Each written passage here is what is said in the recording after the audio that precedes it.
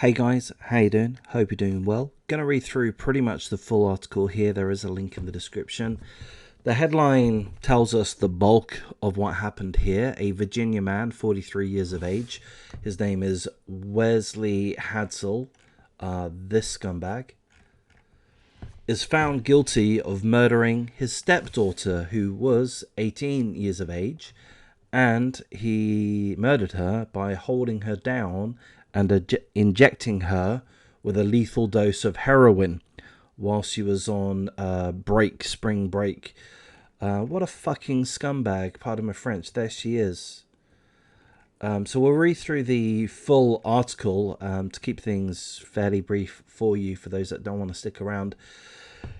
The investigators were able to identify that she's never had drugs before, and she died of, I think it's a 3 times lethal dosage of heroin. So that's how they identified she was murdered. That's how they came to the conclusion that she was murdered, and thankfully, that's led to the conviction of the stepfather. So, you know, a trial has taken place. He is a confirmed murderous scumbag of his stepdaughter, 18 years of age. So let's have a look at the details.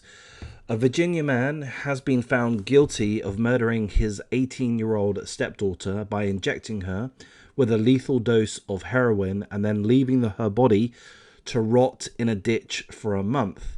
On Monday, it took a Franklin County jury, just 45 minutes to convict the scumbag Wesley Hadsell, 45 years of age, of first-degree murder and concealment of a body in the death of Angelica A.J. Hadsell, and this occurred in 2015.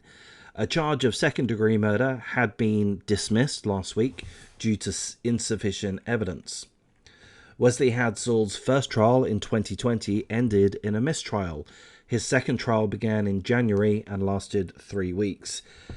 The victim, A.J. Hadsell, was a freshman at Longwood University in Farmville, and she vanished on March the 2nd, 2015, while spending her spring break at her home in Norfolk.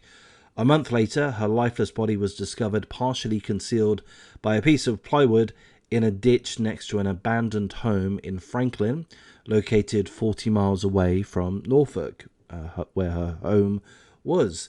A medical examiner determined that the college student died from homicidal violence and acute heroin poisoning after being pinned down and injected with 3 times the lethal dose of heroin.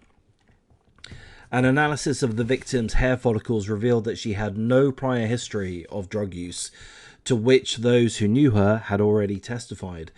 AJ's stepfather was arrested 2 weeks after her disappearance on unrelated charges for breaking into her home, which he claimed he had done while frantically searching for his stepdaughter. It was not until November 2018, so that's 3 years later, that Hadsell, who had a lengthy criminal record, was charged in connection with AJ's death.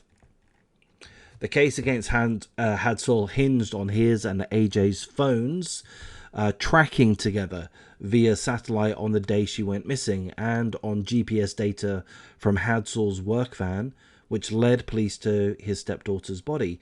So yeah, they got him because of the phones. The phones were together after her disappearance, and you know, so that could have only happened if they were together. So they were able to connect the two that way. He faces life in prison when he is sentenced on April the 4th. So he could be given life in prison. Let's hope he is. He's murdered his own 18-year-old stepdaughter, cut her down, and he did so in such a violent, horrific way. Violently holding her down, violently beating her, homicidal violence, and then injecting her with a 3 times lethal dosage of heroin. What a fucking asshole. What an absolute evil scumbag. He's also got a long criminal history. So yeah, let's hope that he gets the life imprisonment sentence that he absolutely deserves.